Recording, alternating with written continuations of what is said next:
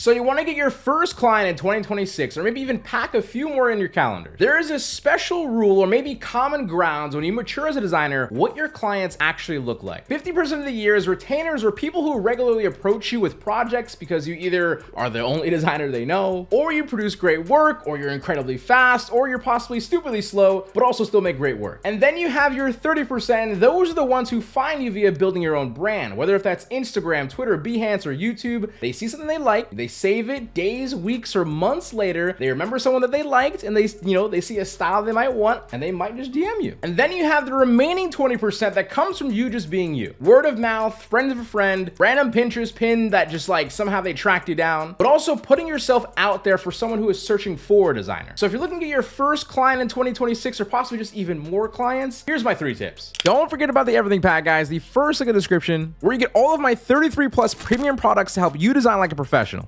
Plus all of my future design assets emailed directly to you 100% free. Now has an official Photoshop plugin where you guys can now get instant downloads to all the packs and all new releases basically instantly. You should have it by now. Number 1, and I am so serious, build a portfolio. Now I'm talking outside of obviously maintaining it, right? Placing new work in, removing any old things that just feel like they don't compete anymore with who you are and what you produce. Also throwing in case studies for a few projects to show how you think, etc. But the rule here is build a portfolio. Now there's no set rule, but I personally feel like where it has a landing page that the potential client can understand who you are without looking through your projects yet is vastly important to me. Now, no offense, I'm not talking about those people who have websites and they have like, hi, my name is on the left, and it's like a picture of them and it's this crazy long bio. You see a face, some thumbnails, some banners, some projects. I'm not talking a landing page like that. Just no. I'm talking face to brand, what you specialize in, who you work for, and quick previews to gauge quality. Because at a certain level, a portfolio might feel unnecessary until it's necessary again. But in the freelance world, your portfolio should be in your control and off of Instagram feeds, please. And using either a website from like Shopify, Wix, or Squarespace, or possibly Behance, there's an argument for me there. It's still a decent option in my opinion. But you can build it like this, okay? The first page should let the client see a face, that'd be you, that'll be doing their work so you don't feel like a stranger. It should also, however, present a case of the types of clients that you've had or that you have, whether if that's like listing out logos or companies that you've worked with, then making sure that the work that is featured is just the best work of your life. Like in my portfolio, I have 8 projects total. Arguably like 1 or 2 are not my,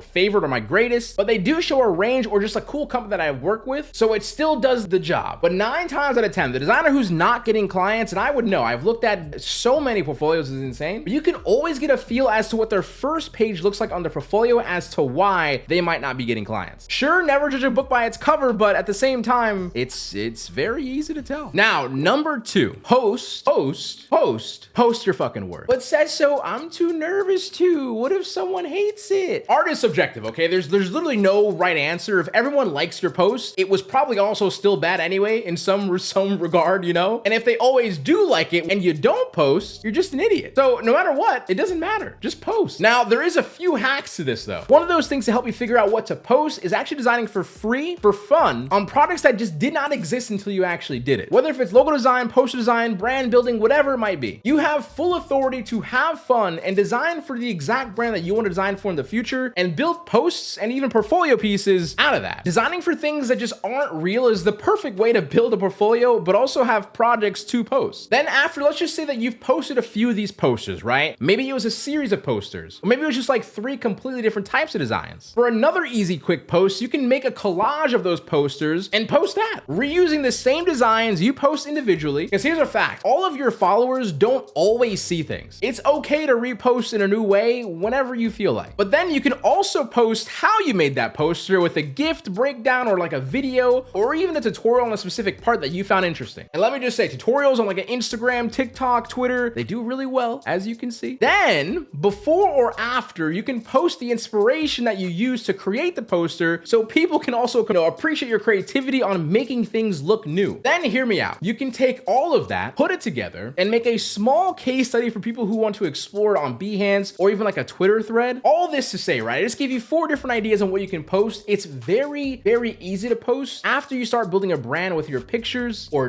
graphic designs. Because then after that, even your words may hold more weight to people and they will just start listening. Then you can tweet words of inspiration, tips you found, cool things you saw, etc. But all I'm trying to say is post your designs, right? Because the best designers who have a ton of clients clients are just also great social media influencers at one part, who are essentially content creators or built a brand with their voice and visions, or just been around for a very long time building their own repertoire of different clients and things of that from the past they bring into the future. All that to say is that you're not going to find clients who will trust you to build a brand if they don't trust the brand that you are. So start posting. Then for my last tip, number 3, when you secure a client, make them a priority. Too many designers chase clients to then only fail to deliver as a service when they either already have the money in their PayPal or the victory of getting the client in the first place, but just not finishing the play. Let me just get this straight, okay? Graphic design is a service, right? You call it whatever you want, the magic, the brand building, the voice, the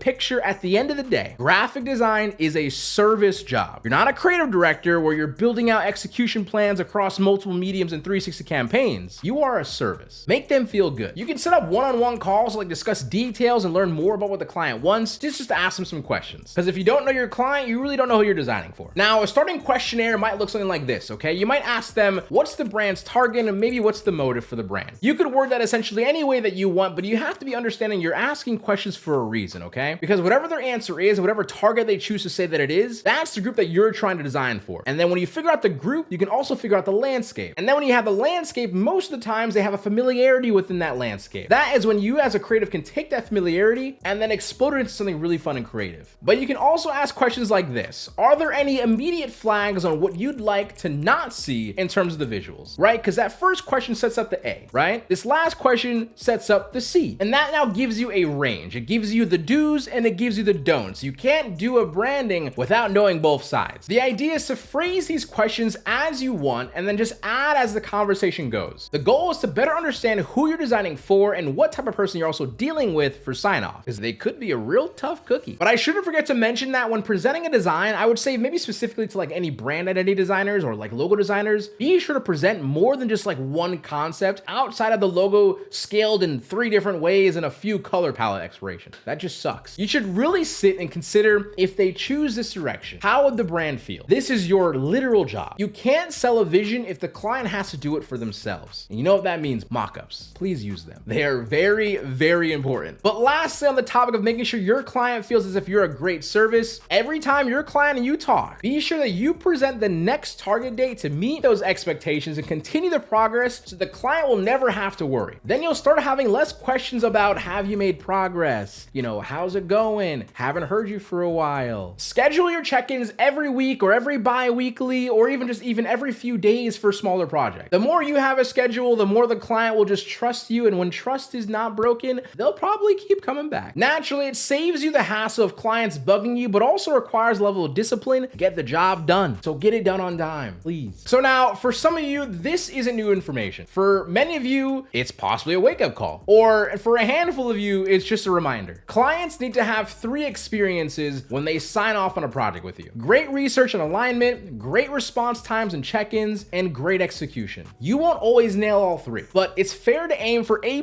in at least 2 of those, and you can handle a B- in one of them, okay? That will be the formula that keeps a client coming back. But if all 3 of those are B-, you leave room for a possible client that can be a regular to explore other options because you wanted to play an extra match of Arc Raiders, or you wanted to watch an extra YouTube video, unless it was this one, or you just failed to do a part as a creative to just stay inspired. So don't just settle for a B-, okay? And with that, Seso HQ out. Do not forget to keep smiling, stay positive, and stay freaking productive, guys. Later, much love, peace, and enjoy your day. And hopefully this helped. And if it did, let me know. Comment down, leave a like. I hope I see your guys' posts out there, and I hope you get your first client.